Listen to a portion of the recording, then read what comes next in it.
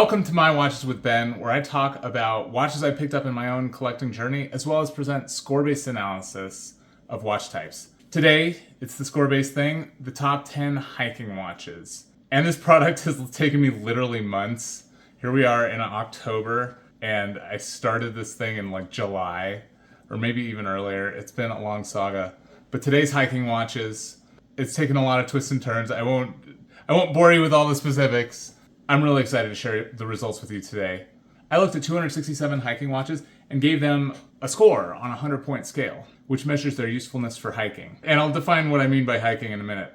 Use chapters to navigate the different sections of the video if you want to skip. If you just want to see the top 10, I would skip now. I'm going to cover a lot of stuff in the meantime. Okay, so you want a watch that's going to be useful on your hike. You literally could just take a 3-hand watch. You could just take a normal 3-hand watch, and that is probably fine for a day hike or whatever. Many people prefer that. That's just called a field watch, in my opinion. It's just basically a field watch. What I'm covering today is something a little different. Let's say you want to go on a multiple day backpacking trip, or you're through hiking some crazy long trail thing. If you want to be Inspector Gadget on the mountain, well, those are the watches that do the best in this video. I did include some field watches.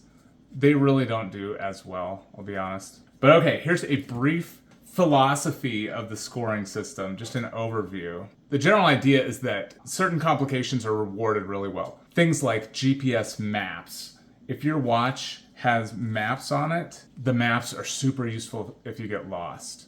Those are praised highly. It gives you peace of mind that you're on the right path, and maybe you even have a dedicated GPS device, a handheld one, with you. But the watch is nice because it can be a backup redundancy. There's always the possibility that electronic things are going to break, so it's nice to have redundancy. GPS also is really sweet because it lets you know how much of your hike is ahead of you. You know, if you put in your campsite and you know how far away it is. It's really, really useful. Altimeters are really nice. Yeah, even if you don't have GPS, you can get watches with altimeters on them.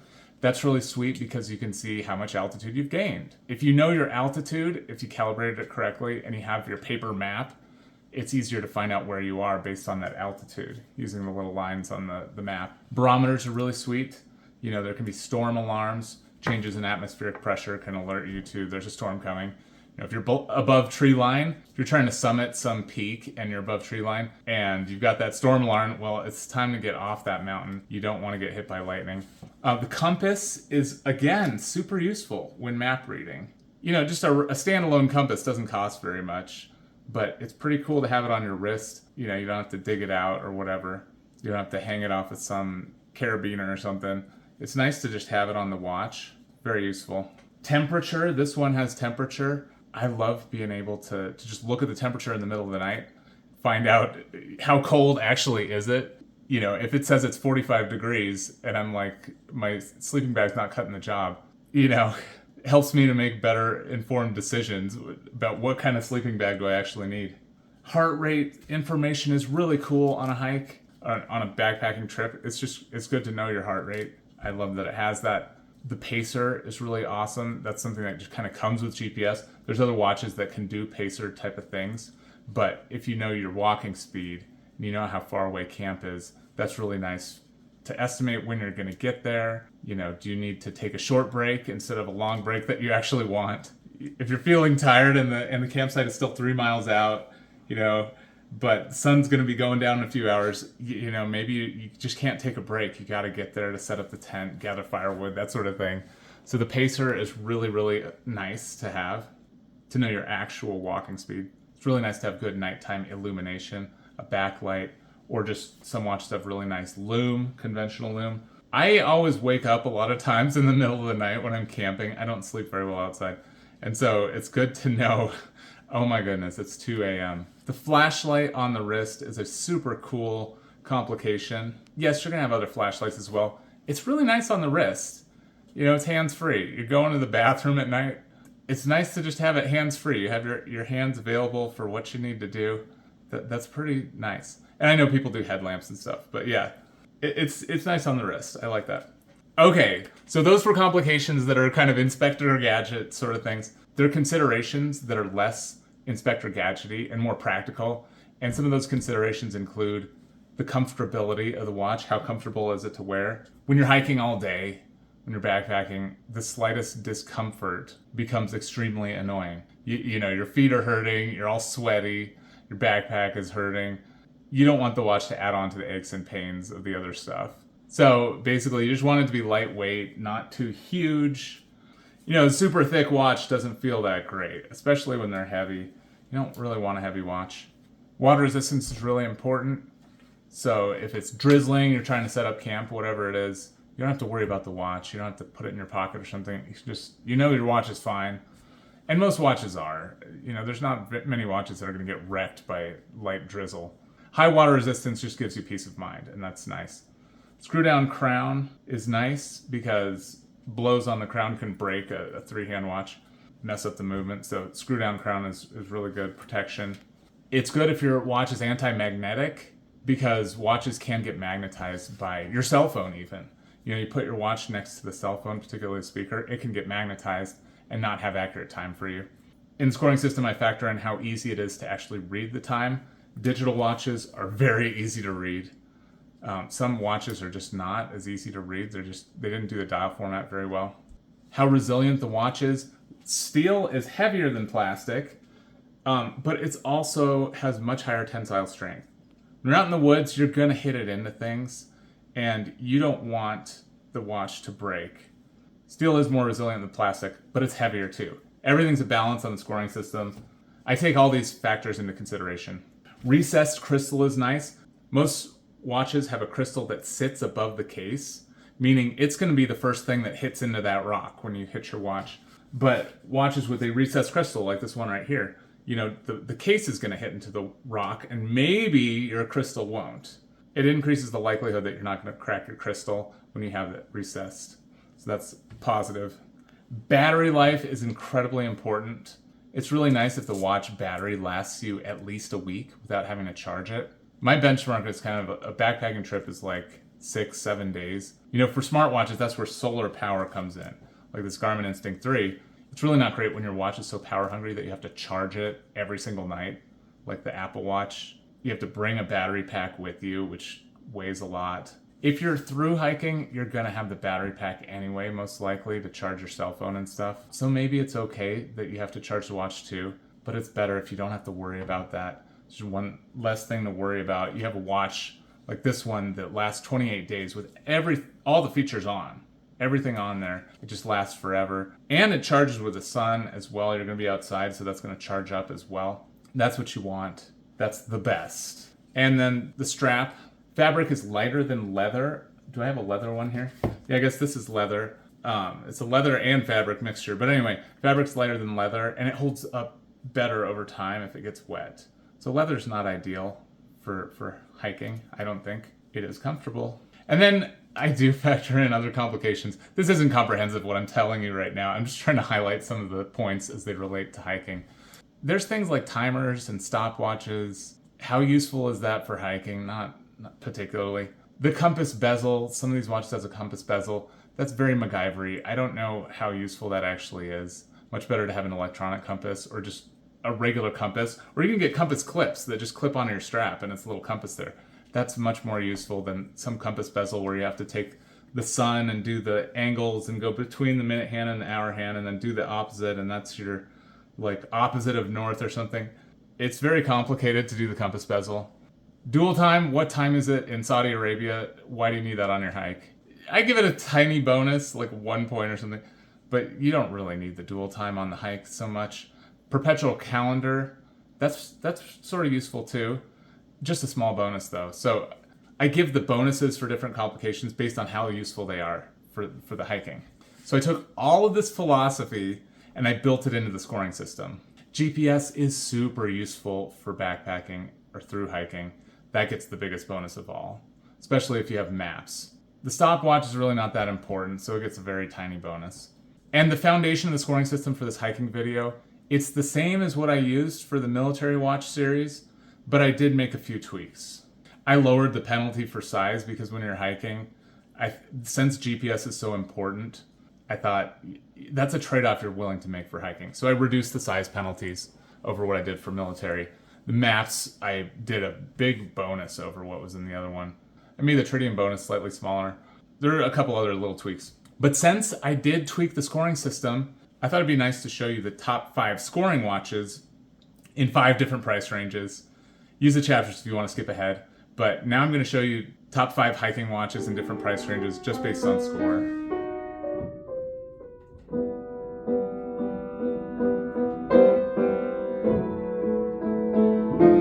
Alright, so I'm going to start with cheap hiking watches, under 82 bucks. Got some cool options here on this first screen. 53 watches in this population. And 5th place is the Casio G-Shock GD350-8. 77 bucks. And it's a big one. It's very big. 18 millimeters thickness. You don't have as many options in this lower price range. Although it is big, it has a ton of features. It was a cool one. It did well in the military one too. Alright, let's go to the next one. Timex Expedition Cat. Chronograph, alarm, timer. 57 bucks only. And they make a lot of fun colors. This is the real tree, mossy oak real tree thing. I think it's a suitable hiking watch. That's the 4th place. 3rd place, a watch I personally own and recently made a review of. Casio Fishing Timer WS1200H. 22 bucks only. Very cheap. Well, maybe closer to 30, but it's a very cheap watch. Not too big. It's a great watch. I really love this thing. It shows you how many fish you can catch. That's a useful complication. I didn't mention it earlier, but yeah, if you're backpacking, it's nice to catch some fish, not just eat dry food. If you can catch a fish, that's pretty sweet. 2nd place is the Casio DW9052V-1. 75 bucks. And I apologize for this corrected stuff and omission and stuff. Just ignore that throughout the video. Great protection on this, 200 meters water resistance, recessed mineral crystal, great stuff going on here. You know, at this low price range, you're not getting GPS, really. Not a ton of features on it, just kind of bare bones watch, but it's suitable. Number 1 cheap hiking watch under 82 bucks is the Casio SGW 100-3AV. This one has compass and temperature. It does not have altimeter. That's, at this cheaper price range, that's what you're getting. You don't have the altimeter. You got that other stuff though too. It's cool to have the compass. I actually like how this looks here too. It looks really cool. 200 meters water resistance. Cool looking watch. Twin sensor, yeah. It's not a triple sensor, it's a twin sensor. All right, next price category for this is the affordable price range, $82 to $210. Oh, I see my watch on the screen. I need to put it on. I don't think it's a top 5 hiking watch in this price range, but it's on the screen now. It's on my wrist. All right, let's take a look what they are. 5th place is the Casio G-Lide GBX100. And yes, it's a tide graph. I don't know how useful tide information is backpacking in the mountains, but there it is. Just ignore the tide thing. How could you ignore it? It's so prominent. You've got sunrise, sundown. It's got a lot of cool stuff on here. Memory and pixel display, vibration alarm. It's a good watch. No question about that. It's not as thick as some of the other Casio watches. 14.7 isn't totally crazy. So that was my number 5. Number 4 is the GWM 5610-1. I mentioned, why get the DW 5600 when you get the GWM 5610? Because this one has atomic timekeeping. It also has better dual time. It shows you both times at once.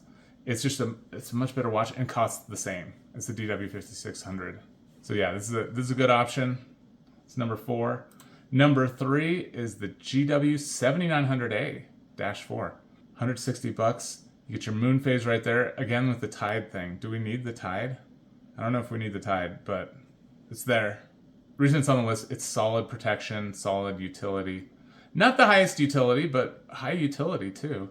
Nice clear digital screen, good backlight, all these kinds of things.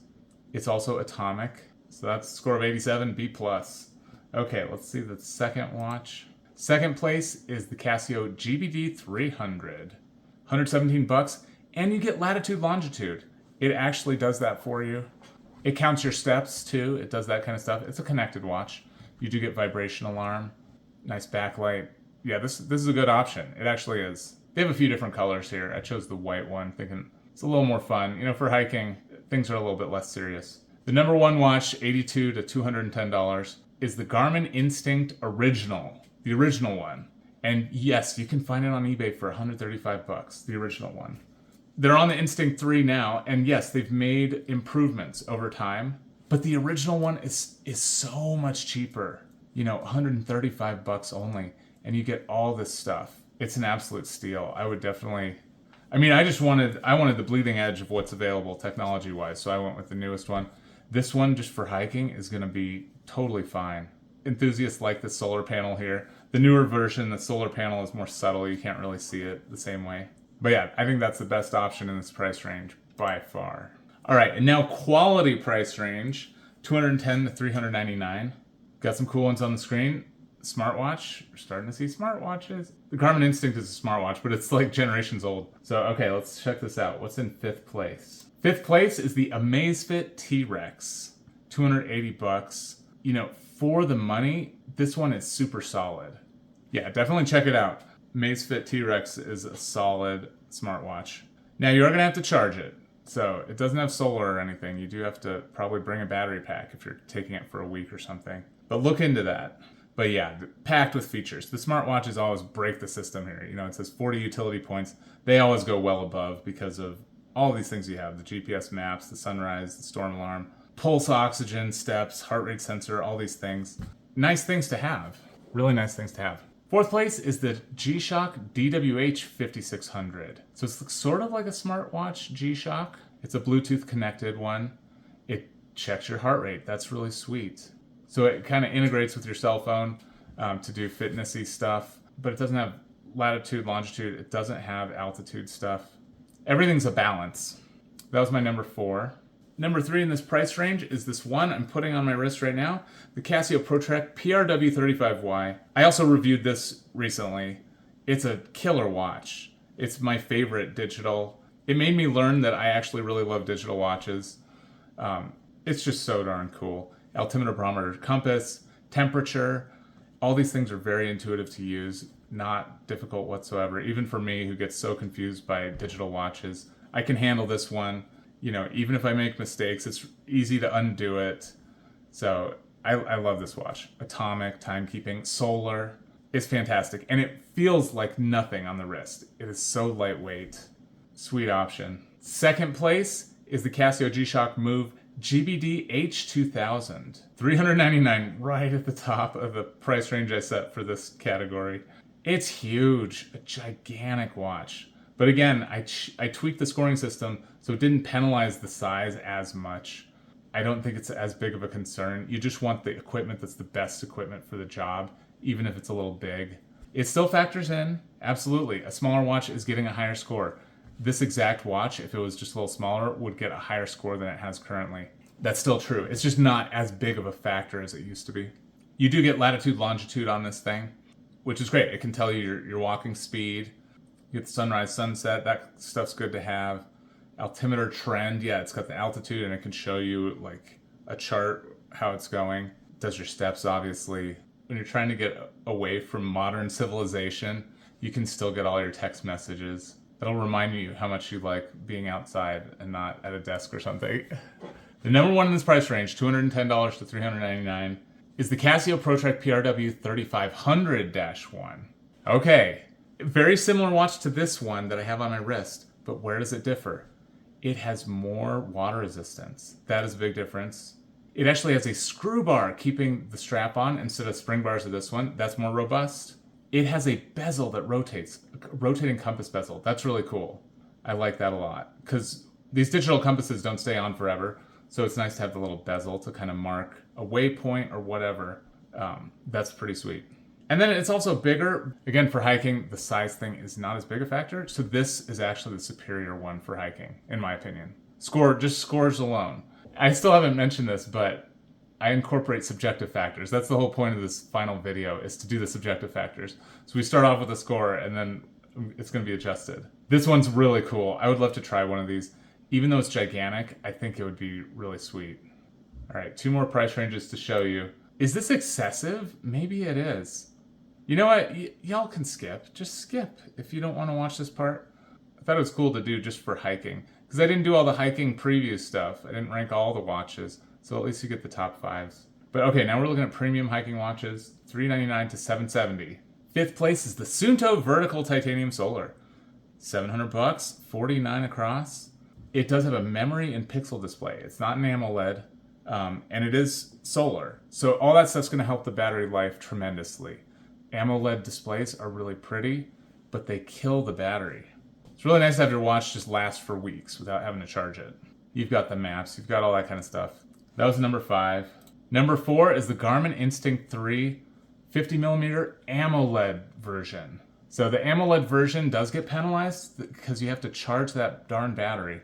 It's a pretty sizable penalty. Not crazy because, like I said, through hiking you probably have the battery pack anyway. And Garmin's especially, even though you have to charge the battery, they last a long time. Garmin is so good about battery life. And if you're actually looking at picking one of these things up, I would definitely compare battery life between the watches, if that's really important to you. Maybe it doesn't matter. Maybe you just don't mind charging it every day. But yeah, it basically has the same functions as the regular Garmin Instinct 3, but it's a prettier display. Some of the features are easier to use because it has higher resolution than the memory and pixel display. And because you can do colors, a lot of the charts are easier to read and that sort of thing. But it doesn't have maps. They have this nice AMOLED display, but there's no maps on it. That is a huge downside to this one, and it's expensive. You may notice these scores are a lot higher. Let's go back. Yeah, like the number 4 in the bottom price range was a score of 80. Even that top one only got a score of 83. And then here, number 4 is already a score of 90. You get what you pay for with this kind of stuff. If you're trying to be Inspector Gadget, it's going to cost more. When you pay more, you get a lot more with this kind of thing. You get all the GPS, you get all these things that are really useful. Number 3 is the Garmin Epix Pro Gen 2, $650. It's actually smaller than that Instinct. There's another one you're gonna have to charge, but like I said, I think Garmin's do the battery life really well. You may not have to charge it on your trip. Just check it out, check the performance. All the stuff you want, altimeter, barometer, compass, great stuff. All right, number 2 is the Apple Watch Ultra 2. Yes, I think the Apple Watch Ultra 2 is a great hiking watch. They've got all kinds of good stuff there. It's actually a titanium case, which is really nice. These lugs are really excellent too. They're kind of fixed on there. It's very robust. It's much better than the regular Apple Watch. The Ultra is a lot better. Battery life is a huge problem with this though, and it is very big. It is a very big watch, 44 by 50. When you convert that to the equivalent area of a circle, it is huge, just a huge watch. The biggest thing to think about with this one, for one thing, do you use an Apple phone? Do you have an iPhone? If you don't, I think that really limits what you can do with this thing. Also the charging issue. That was my number 2. Number 1, the top one is the Garmin Instinct 3 Solar 45.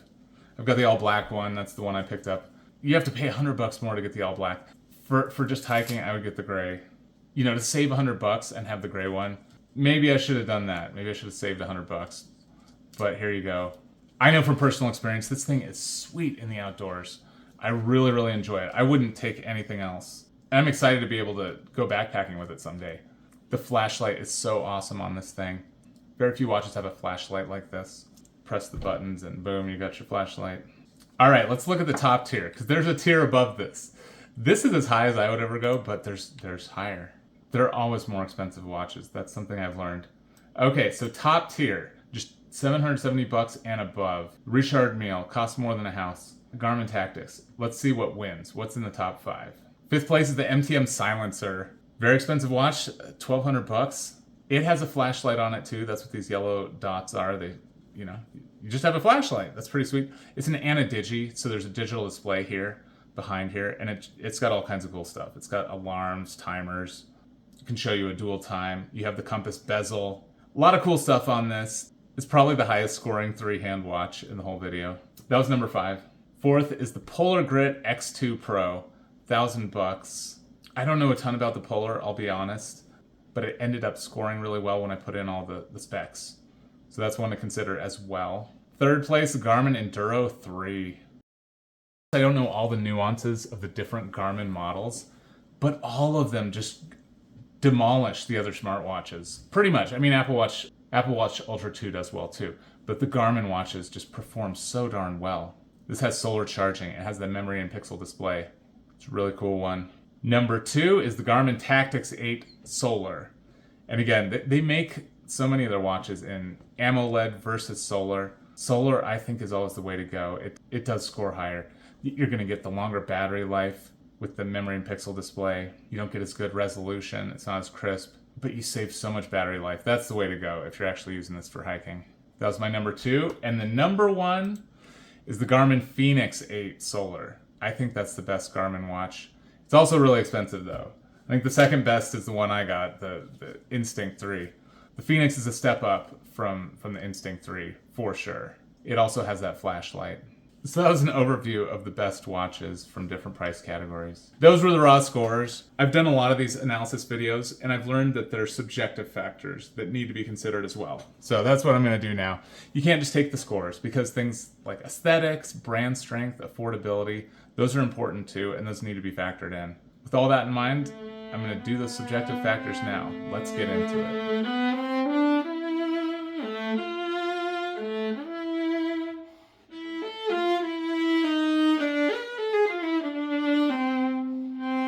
I promised you I wouldn't bore you with the saga, but the point of this is just July 24th was the first video, and now here we are at October 2nd. So it's been a long saga. Built into the score a tiny bit is hiking aesthetics from 1 to 10. It was different from military, different from tactical. I had to change it up a little bit. This time, looking for outdoorsy and casual. And freshness is also good. Fresh fun, scores better. Yeah, I just had to redo the aesthetics for all the watches, all 267. So that's what I did here. I explained some of these other adjustments as well. We already went over that. What I'm going to do is determine the finalists, and they will be evaluated on these subjective factors. I'll show the slide again, so I'm not going to go in deep right now. And nobody has given me feedback on whether it's better to do it the way I did with the ladder system and the face-offs.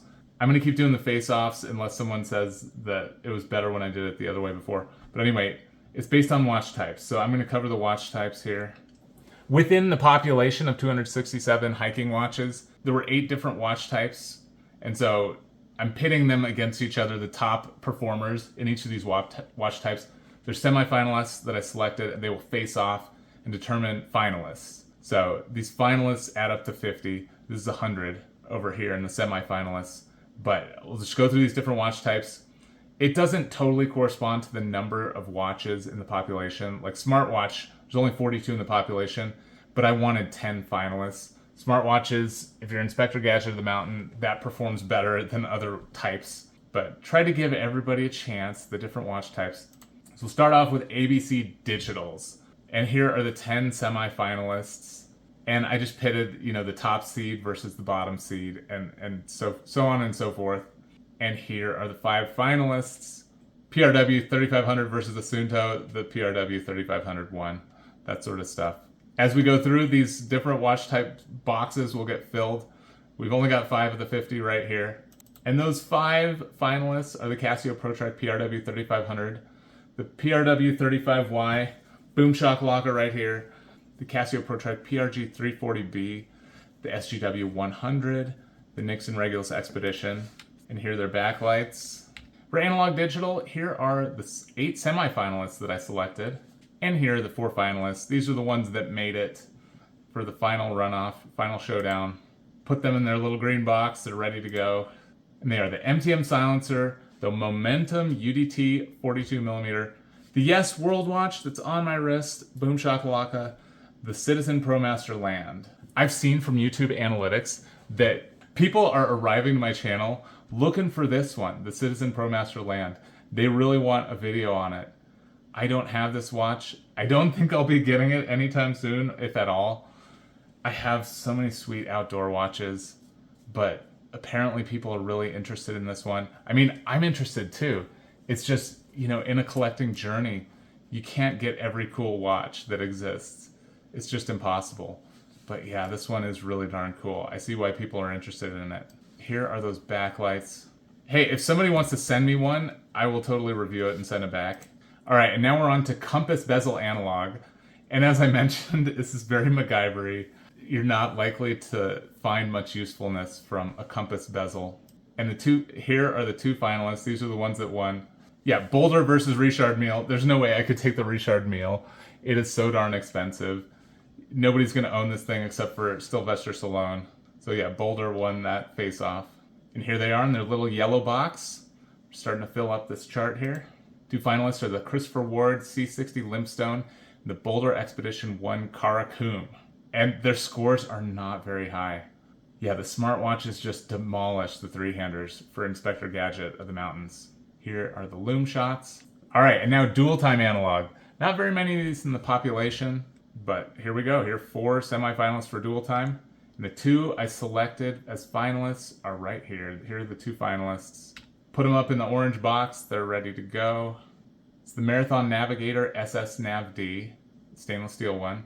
It's more robust than plastic. I think it has higher water resistance too. And the Sangen Overlord and their lume. All right, simple analog. There were a ton of simple analog watches in the hiking watch population. I do think you can use them for hiking. You absolutely can. They're not Inspector Gadget of the mountains though. But they're here. They're going to be included. These are the 18 semifinalists. Oh, and there will be a bonus round at the end where I do show you the top simple analog watches. They have a tough road to beat out the smartwatches.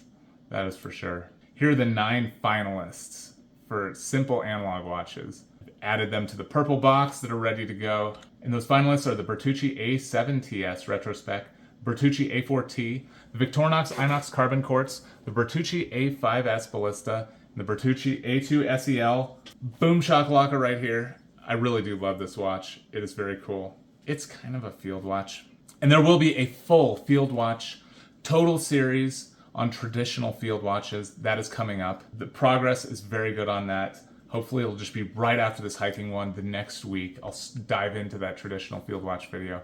Hopefully there won't be any weird surprises that delay me. We'll see.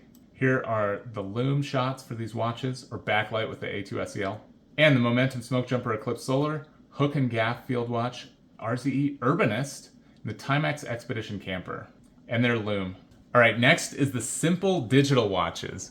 You know, these aren't smart watches. They're not altimeter, barometer, compass watches. A couple that have Bluetooth and stuff. But yeah, it's not your traditional non-connected ABC. It's not your smartwatch. So we're kind of lumped in here, simple digital. Here are the 9 finalists.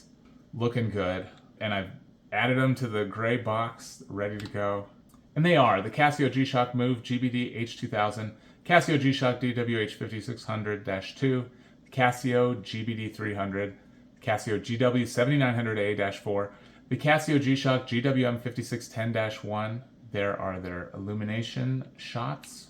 And the RZE UTD 8000, Casio G-Shock DW 9052V, Casio Fishing Timer WS 1200H, Boom Shakalaka in the studio right here, and the Nixon Regulus. And here are their backlights. Smartwatch. These are the big boys. This is really what we're here for if you want to be Inspector Gadget of the mountains. I selected 20 semifinalists out of maybe 42 or something, just the top performers. And here are the 10 finalists. These are the ones that won. A lot of Garmin on the screen, good grief. 6 out of 10 are Garmin's. Garmin dominates the smartwatches, in my opinion, for hiking. I think Garmin is just the best for hiking.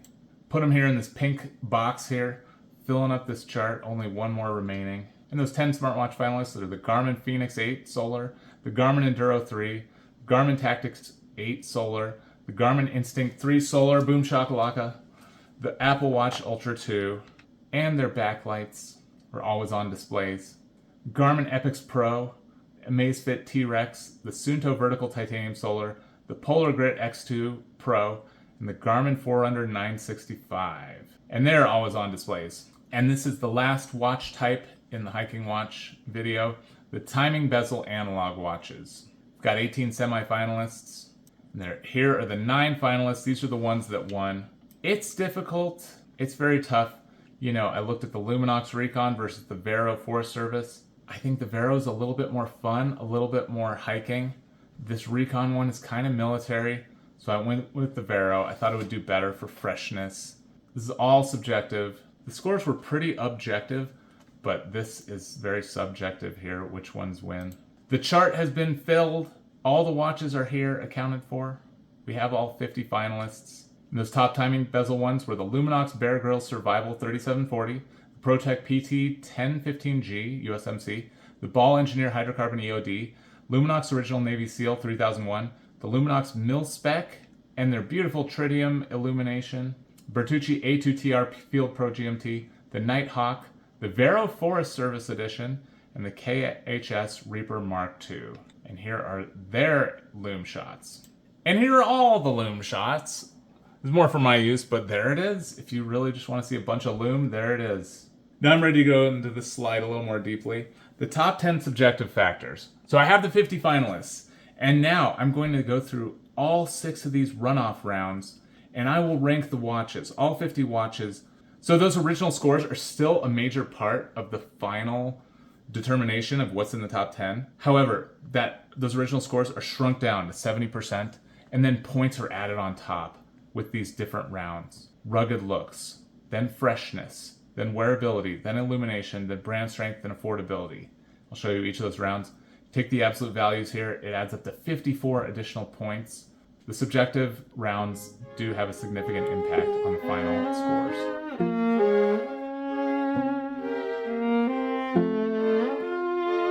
And now for the runoff rounds. Alrighty, so if I just took the raw scores, this would be the top 10. The Garmin Fenix 8 in first place, the Garmin Epix Pro in 10th place with a score of 91. But after these rounds, this list is going to change. Each round will get an update, what changed. I included, for my own personal enjoyment, and hopefully somebody else's enjoyment, I included the Casio fishing timer just to see. It's in 31st place right here now. Is it going to get all the way up to the top 10 by the end? That's possible. It might be in the final top 10. You'll have to wait and see, or skip ahead to see. All right, let's go to round 1. Round 1 is rugged looks. You know, this exercise is difficult. So let's not take it too seriously. I took it very seriously. You don't have to take it as seriously as I did because it's subjective. A general principle is steel is more rugged than plastic. So the steel ones kind of went higher. Carbon fiber is very rugged. Recessed crystal, when it has chunky protrusions and stuff, it looks rugged. That's kind of what I was going for. Sadly, this Yes World watch really doesn't cut the mustard. It's not rugged whatsoever. It looks like you could break it super easily. It looks very delicate. I mean, it's chunky as all get out, but it doesn't inspire confidence at its ability to take a beating. So I ranked the watches, what is the most rugged down to the least. That was my goal here. After round 1, 3 of them kicked out of the top 10. My beloved PRW35Y. It's not super rugged. It's a little bit more refined. It doesn't really have that rugged look down so much.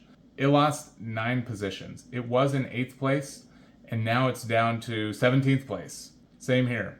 These red arrows show you how many positions it went down. Maybe this is controversial. I don't think the G-Shocks look very rugged. The G-Shocks were kind of middle of the pack. I think there's other ones that look more aggressive, a little more rugged.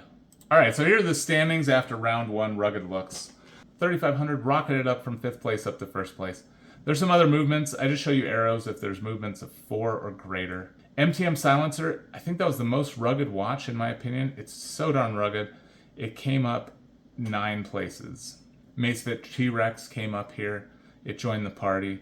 PRG 240B, it joined the party. It's a gray arrow because it only came up a little. Okay, I show the arrow if it joined the party, if it joined the top 10, or if it had a move of 4 or greater. Casio fishing timer lost some ranking here. It's not particularly rugged. It does feel like you could break it super easily. It feels very cheap. Looks a little bit cheap to my eyes. And that brings us to round 2, freshness. What is the freshest watch? I was looking for cool, fun, casual, unique, bright colors. That's part of why in this video there's some more bright versions of some of these watches we saw, like in military and tactical. It's a little bit more fun. I think the Bertucci's are not very fun looking. They're all business. They're at the bottom. Vero Forest Service, that was the most fun in my opinion. I think this Yes World watch looks like a lot of fun. It's cool, it's casual, it's unique. High ratings for that sort of stuff. So this is how that turned out, the freshness round. After round 2 freshness, MTM silencer's out. It's not very fresh, it's very buttoned up. Where did it place? Okay, not totally bottom of the pack, but pretty low. A lot more fresher options in the MTM. And the standings after round 2 are thus. Casio fishing timer remained exactly the same. Ball Engineer Hydrocarbon came up. It's a fresh looking watch in my opinion. Tactics went down a little bit. It's a little bit plain. Otherwise, no significant moves. That brings us to round 3, wearability. And what's subjective about this is just the weights that I did to it. I see the weird weight, and then I'm saying weights. I mean the weighting of this 8-point bonus. So 4 points is attributed to weight. 30% of 8, whatever that is. 2.4 points 30% of 8 is based on the thickness, and then the width, same deal. So the computer did this for me and figured out how these ranked based on this allocation. And yeah, the Timex Expedition Camper is very light. It's not very big, so that's at the top. Urbanist, it's only 36 millimeter. It got pretty high on there too. Wearability is a concern with hiking. Not as big of a concern as it was in the prior videos, in my opinion, because it's a trade-off you're willing to make. Smartwatches are bigger. They're just bigger. The smartwatches mostly are pretty low on this. The Garmin 965 is the highest rated for wearability of smartwatches, but most of them are pretty low on this thing, especially the Apple Watch Ultra 2. Very big watch, not as wearable as these higher options. So after round 3, wearability, these two are out of the top 10. Garmin Tactix 8, down. PRG 340B, down. Just one place though, it's only in 11th place. It's very big, but it's also light. Here are the standings after round 3. Fishing Timer gaining some ground here. 28th place. I'm rooting for that one to do really well. We'll see if it does. PRW 35Y rocketed up. That is one of the main reasons to get this watch, is it is very, very wearable. Surprisingly so. It excels on that. Garmin Epix Pro joined the party. Otherwise, not a lot of changes. You know, some things move up a little, move down a little. Still pretty similar. And that brings us to round 4, illumination. I mentioned that's important when you're camping to be able to see it at night. Honestly, most of these are pretty darn good, but I ranked them like this. An OLED always on display, I think, is the best. Full lumen is the next best. Just illumination. So the principles here are, is it a consistent thing you're going to see? You know, conventional lume is not so consistent. As the night progresses, it gets dimmer and dimmer. How much information do you get to see on it? How impressive is it? That's part of this. Lume is kind of for fun, let's be honest. So how impressive does it look? And is it hands-free? Do you have to bring in the second hand to make it work? Full lume is great for all those things. OLED always on display it's just the best illumination. These are nice too. Gesture, you know, the Instinct 3, if you gesture with it at night, you can set it up that the backlight will pop on and you can see. So you don't have to bring in the second hand. You just have to look at your watch and it'll show you. Not as good as always on display. Tritium I put below. You know, for military I put tritium at top. You don't want it to be super bright, that sort of stuff. Hiking, you just want to see it. So always on display 1. That's how I ranked all the illumination. Very subjective, I know. Let's see how it changed after this round. No eliminations from the top 10. It's the same top 10. They moved a little bit. Nothing got kicked out of the top 10 based on illumination. I can promise you there are moves down lower with some of these other options. You know, the ones that were already kind of at the top, I guess, had good illumination. Here are the standings after illumination. I'm sure some stuff moved around a little. Yeah, ball came up one spot. It has really cool lume. Fishing Timer actually went down. The lume is very unimpressive. It's not very good. It's serviceable. There's, you know, this is nitpicky here with the illumination because it is totally fine. A lot of other watches are more impressive than the Casio Fishing Timer, that's for sure. And that brings us to round 5, brand strength. This is taken from watchcharts.com. They monitor secondary markets and primary markets and just find out, you know, which brands have the highest hype, have the highest sales. Casio is so dominant. And then you have Citizen, Ball, Marathon. These are just ranked according to watch charts. I just put boxes so you could see brands that are the same. Just so you're not misled about this chart, like this GBD 350, if that's what that's called, it doesn't get a lower rank than this one. Like all the Casios get the same 8-point bonus for just being great brand strength. The Yes World Watch gets 0 points for being not great brand strength. That's how that works. What are the changes? There's probably a lot of moves lower down the rankings, but in the top 10, I already had high brand strength ones. We already did. Amazfit T-Rex is out. It went way down. Amazfit is not a household name. People don't know what that is. Standings after round 5. Well, the Casio PRG 340B came back up into the top 10. That makes sense. Casio has high brand strength. Casio Fishing Timer gained some ground too. And now we're ready for the final round, Affordability. Only an 8-point penalty on this one. On military, it was a 20-point penalty. Because in the military, you don't have a lot of money. That's a huge factor for military service members. Hiking, much smaller consideration. Outdoorsy stuff is so expensive. And the watch is not going to be the most expensive piece of your kit. So there's more tolerance for expensive watches. So this 8-point penalty is allocated in fourths over the price ranges, the original 4 price ranges that I had. However, 2/4 are given to the top price range, over $460. And Richard Mille's not in here, skewing the results horribly. The highest priced watch is actually the Ball Engineer. That's the most expensive watch in the entire finalists. But here are two examples. The Timex Expedition Camper, it's $53. You plug it in with the math, but the penalty for Timex is only 0.68. Cheaper watches really benefit from this affordability thing. Ball Engineer, huge penalty, 8 points. Sad Ball gets such a huge penalty, but them's the breaks. It's very expensive. In the real world, do you need the Ball Engineer when you can get a smartwatch for a quarter of the price? Now, you probably go for the one that's a quarter of the price that has a lot more capability. So this penalty is important. It's important to have the affordability penalty. The big reveal, no, the Casio fishing timer didn't make it. It didn't make it to the top 10 or even the honorable mentions. It's in 16th place, just below the honorable mentions. So that's the last we'll see of the Casio fishing timer. Bye-bye. It did make it pretty high at the end, because it's very cheap, but it didn't make it all the way up.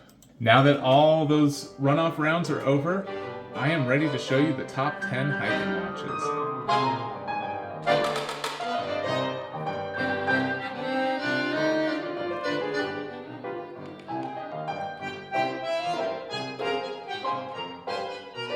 Top 10. 10th place is the Garmin Epix Pro Gen 2. It's a 47mm smartwatch, 14.5mm thickness, $650. Not crazy, but kind of expensive. Its original score was 91. After the subjective factors, its final score is 90. It did okay for rugged looks. It's good for freshness. I think it looks pretty fresh. Wearability is kind of middle of the pack. Illumination is fantastic with that AMOLED always on display.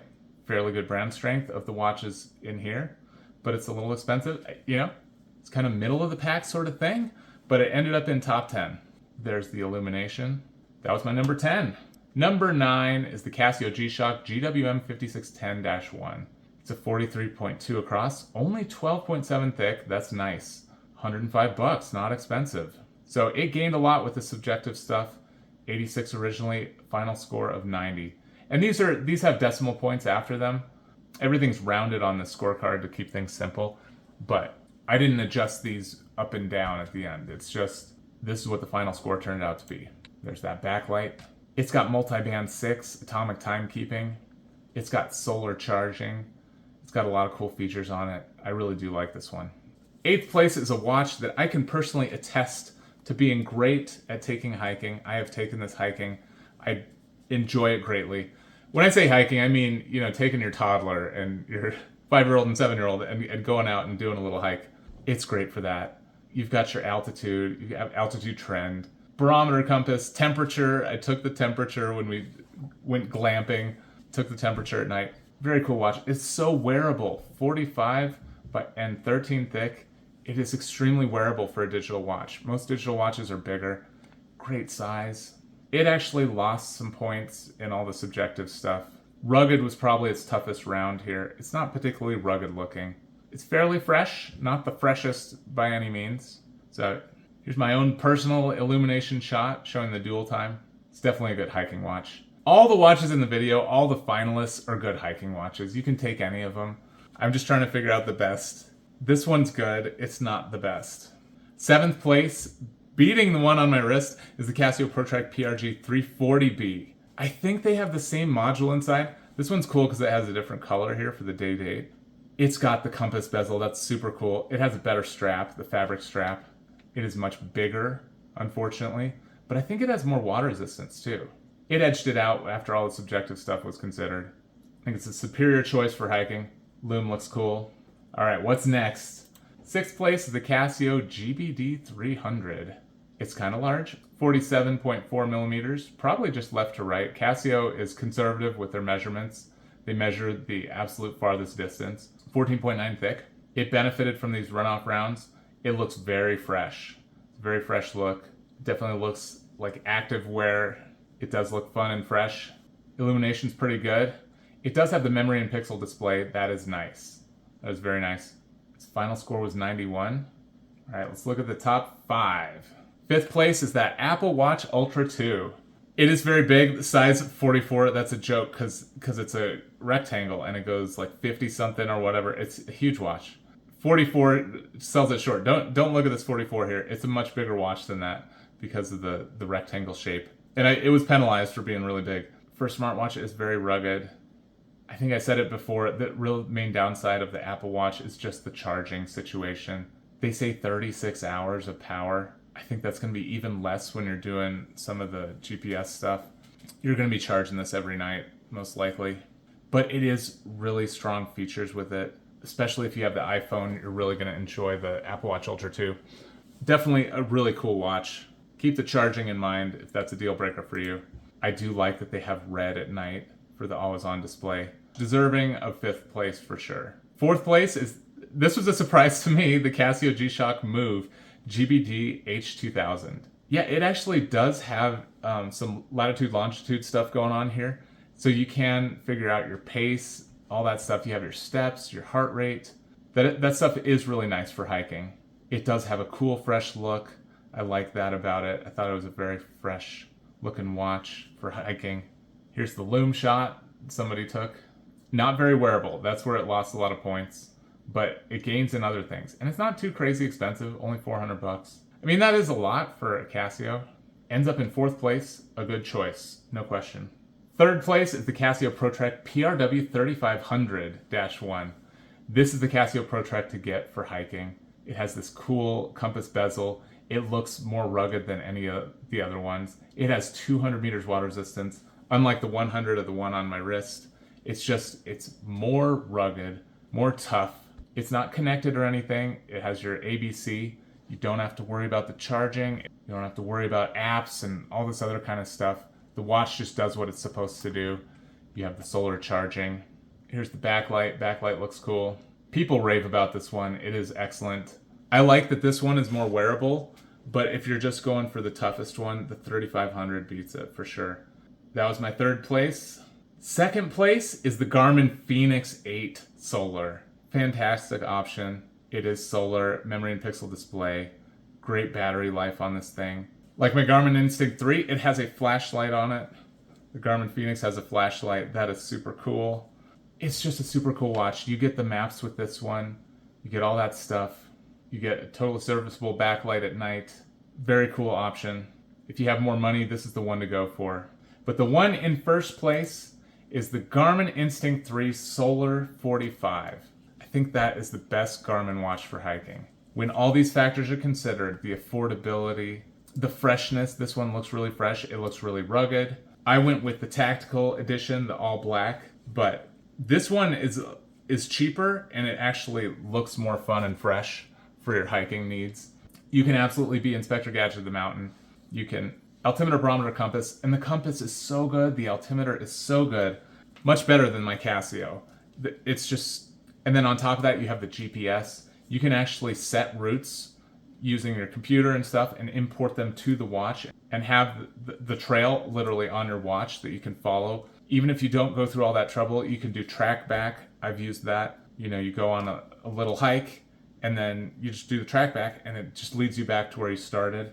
Even if you get off trail or something, you can see how to get back on. You can see just how to go back to where you started from in a straight line if you want to. Very useful for the outdoors.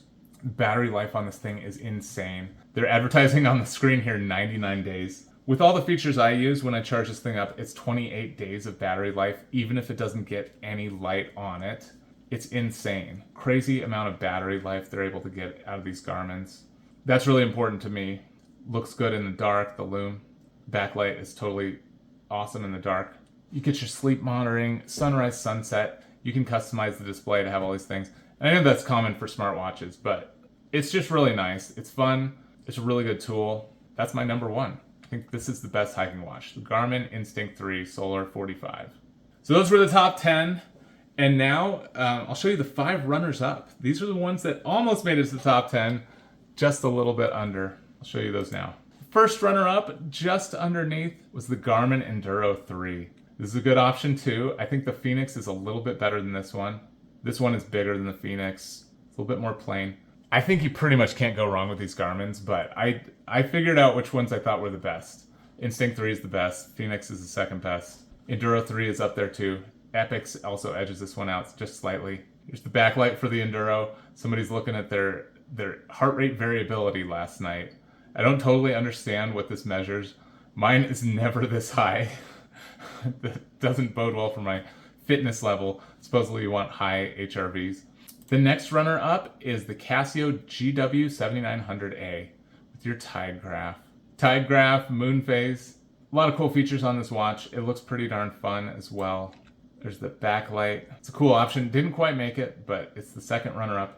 All right, third runner-up is the Casio G-Shock DWH5600-2. 45.5.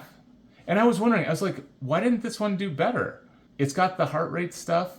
Seems like an improvement over the GWM5610. The GWM5610 is actually better because this one is 16.6 thick. Ridiculous.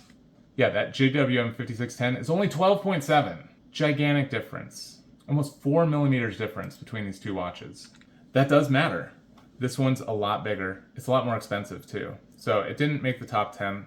All things considered, the GWM5610 is a better choice for hiking, in my opinion. This is a good one too. If you just really like this one, you like how it looks, sure, I'm not your dad. Go ahead, get what you like. It's still an honorable mention. There's the backlight. The next honorable mention is the Ball Engineer Hydrocarbon EOD. The first three-hander we've seen at all in these top watches. Yeah, the three-handers really didn't perform well. This one does. This one gets in there. I mean, that 8-point affordability penalty really hit it hard. It's a very rugged watch. It also looks pretty darn fresh. Wearability's not super high because the steel. Illumination is really cool. This tritium lume is fantastic. There's a lot of redeeming things about it. It's just very simple. If you're going to be Inspector Gadget of the mountains, this is probably not your choice. Very cool watch though. Oh yeah, the tritium tubes. I was just talking about them. Tritium tubes are amazing. Really cool illumination. Definitely a show-off watch. And yeah, go ahead. Take it on your backpacking trip. It's not a problem. It's going to be a fine watch for that. Other ones are better. B+, all things considered. The last runner-up I'm going to mention here is the Amazfit T-Rex 3. Yeah, this one deserves some attention. It's above a lot of other watches. I think it's better than the Coros, better than the Polar, even better than the Suunto. I think Amazfit T-Rex 3 has a lot to offer there. Mainly price though, $280. Yeah, you get a lot of specs for that. If you don't mind being tracked by the Chinese. Always on display, it's going to look really darn cool in the dark. I know that AMOLED displays are very enjoyable to look at. Function-wise for hiking, you have to charge the darn watch. That's the problem. Still scrapes in though. And I mean the Apple Watch Ultra 2, you have to charge probably every night. I understand that some people are willing to make that trade-off. Amazfit does well. All right, those were the runners-up. As promised, I have a couple bonus segments. I'm going to show you the top 5 simple analogs. They didn't get anywhere near the top, but if you really want a simple analog watch, I'll tell you what I think is the best for hiking. Like I said, that traditional field watch video will come out. The series, at least, will come out over the next many weeks. But starting next week, hopefully, I'll have the first video out.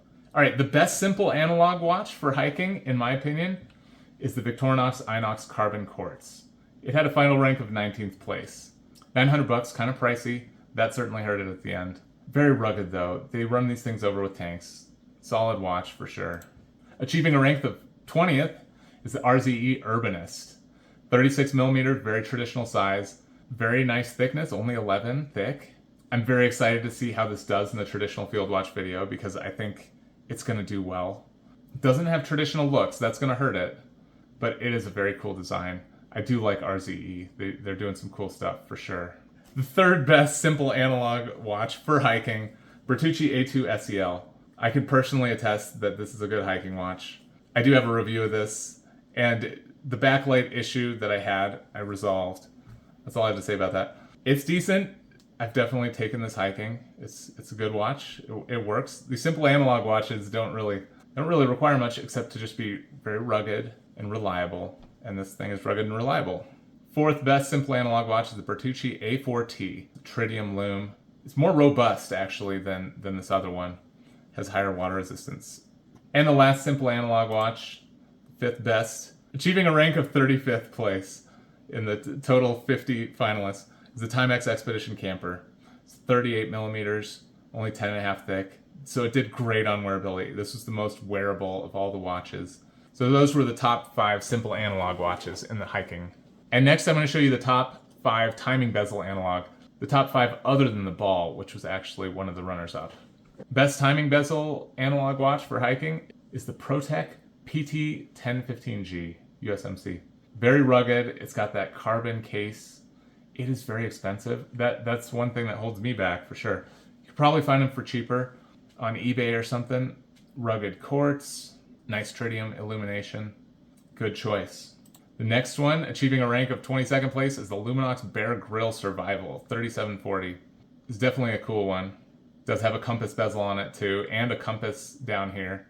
Looks like a really cool compass as well. Definitely has the hiking look. It looks pretty darn rugged as well. The next one achieved a rank of 25th place, the Luminox Mil-Spec. Again, very expensive. These tritium watches are expensive, but they are really cool. And that tritium lume is very nice, very useful. Next one, achieving a rank of 26th place in the end, is the Luminox Original Navy SEAL 3001. Very plain watch. The crown should be black, not silver, but otherwise I really like it. 200 meters water resistance. Quartz is going to be very rugged and reliable. And the last timing bezel watch I want to show you is the Bertucci A2TR Field Pro GMT. It achieved a final rank of 33rd place out of the 50 finalists. You do get a GMT hand on here, that little red hand. That's pretty nice. And you get the timing bezel with it. Bertucci's definitely a standout. No question about that. So those were my top 5 timing bezel analog hiking watches. And that's all I've got on the watches. As I like to do in all these videos, at the end, I like to talk about the Bible. So that's what I'm going to do now. It's Bible time.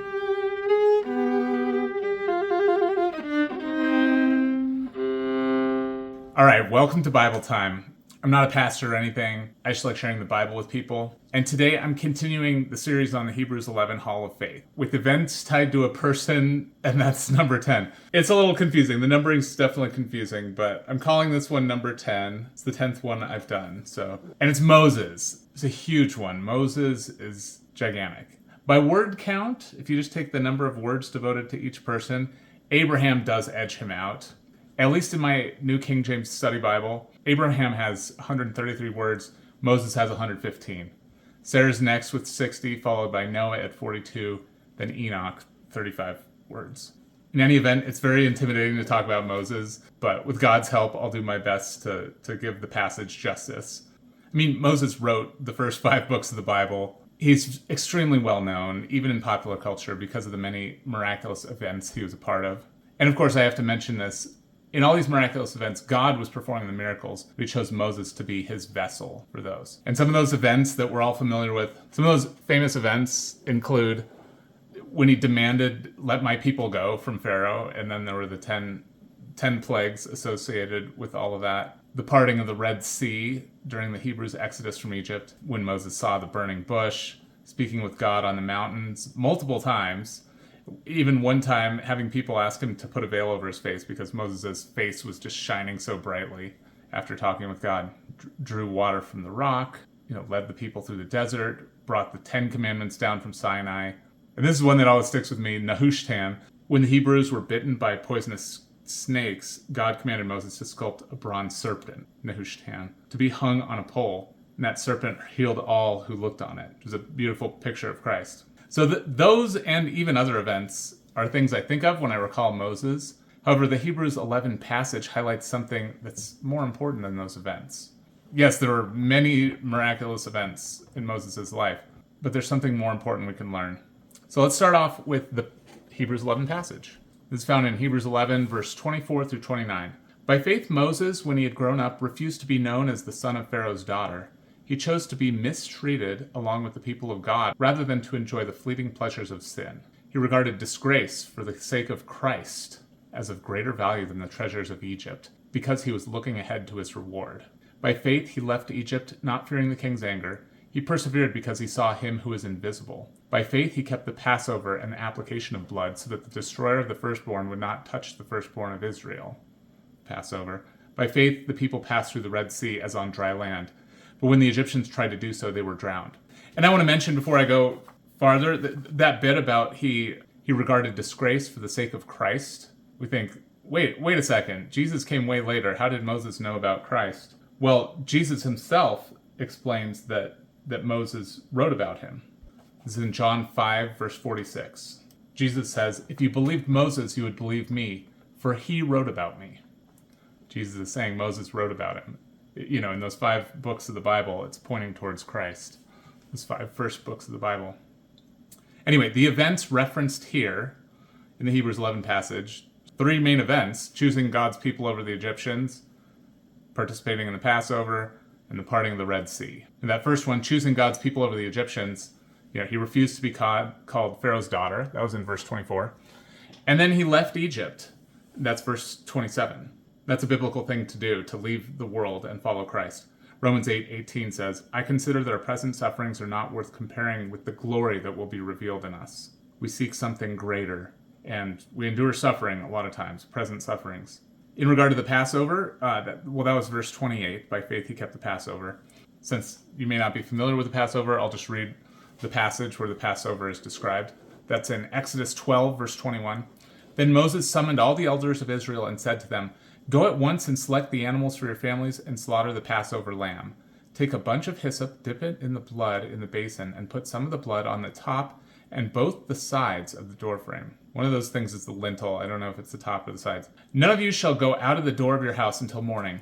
When the Lord goes through the land to strike down the Egyptians, he will see the blood on the top and sides of the doorframe and will pass over that doorway, and he will not permit the destroyer to enter your houses and strike you down," the angel of death. So that's the Passover, and that was the last plague. And then the third event, the parting of the Red Sea, that was in verse 29. By faith the people passed through the Red Sea. I'll read Exodus 14, verses 21 through 22.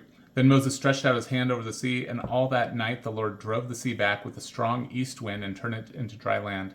The waters were divided. And the Israelites went through the sea on dry ground, with a wall of water on their right and on their left." Walls of water that they walked through the Red Sea. So those are the 3 events that Hebrews mentions, but the events are not the key. I tend to focus on the events. It's not just the events that God chose Moses to be a part of. It's Moses' motivation. So here's the Hebrews 11:1 definition of faith. "Now faith is confidence in what we hope for, and assurance about what we do not see." So that first one, confidence in what we hope for, in verse 26 it says, "He was looking ahead to his reward." So that's confidence in what we hope for. Moses is looking ahead to his reward. And then assurance about what we do not see. Verse 27 says that Moses persevered because he saw him who is invisible. Assurance about what we do not see. And the him it's talking about is Jesus. Moses saw him who is invisible. Hebrews 11:3 elaborates on this. "By faith we understand that the universe was formed at God's command, so that what is seen was not made out of what was visible." It's the belief in the invisible. That's part of the faith. So Moses is commended for his faith in the Hall of Faith. Clearly God is pointing towards that as being important. Obviously the events are important, but it's important that we recognize Moses' faith. Moses rejected the luxury and sinful pleasures that were to be found in Pharaoh's court so that he could be with his people. And he endured suffering because of it. Moses forsook Egypt. He saw him who was invisible and looked ahead to his reward. And of course, Moses was the spiritual and physical leader of the Israelite people. Through his faith, he led others to faith. Yeah, James says faith without works is dead. Moses didn't just attain faith and keep it to himself. God used him. And you can say Moses is continuing to lead, because even today we study Moses' faith, and it can lead us to greater faith ourselves. Proverbs 22, verses 17 and 18 says, "Pay attention and turn your ear to the sayings of the wise. Apply your heart to what I teach." Moses was a great teacher. We should turn our ear to the sayings of Moses. Moses was treated as God's friend. Exodus 33, verse 11a says, "The Lord would speak to Moses face to face as one speaks to a friend."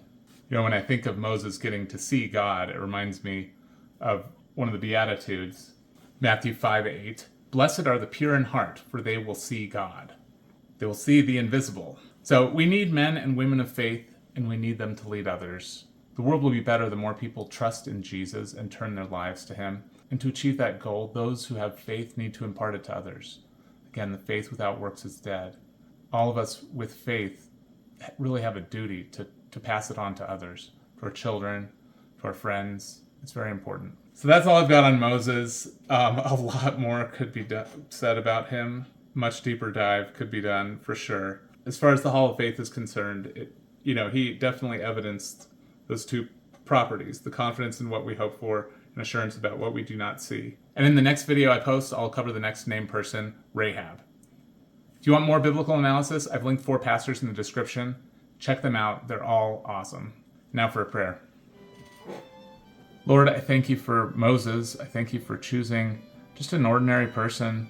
I thank you for choosing a man to lead your people and to write down the first 5 books of the Bible, to record it for us, and for you to speak to him as a friend. Lord, I pray to be pure in heart so that I can see you. Lord, I really look forward to that day when I can come be with you, and all of us believers can live together, confident in that belief that in the future you will keep your promises. Many of the figures in the Hebrews 11 passage did not see their reward during their lifetimes. It came to fruition later. Lord, I pray for patience as your plan is unfolding, and please just help all of us to keep our eyes on heaven. Please empower your believers to be bold in affirming Christ in this world, and give us strength to endure any hardships we may suffer as a result. But I pray that you would empower us to be firm in the faith. Lord, I love you. I pray all these things in Jesus' name. Amen. Now may the Lord of peace himself give you peace always and in every way. The Lord be with you all. See you next time.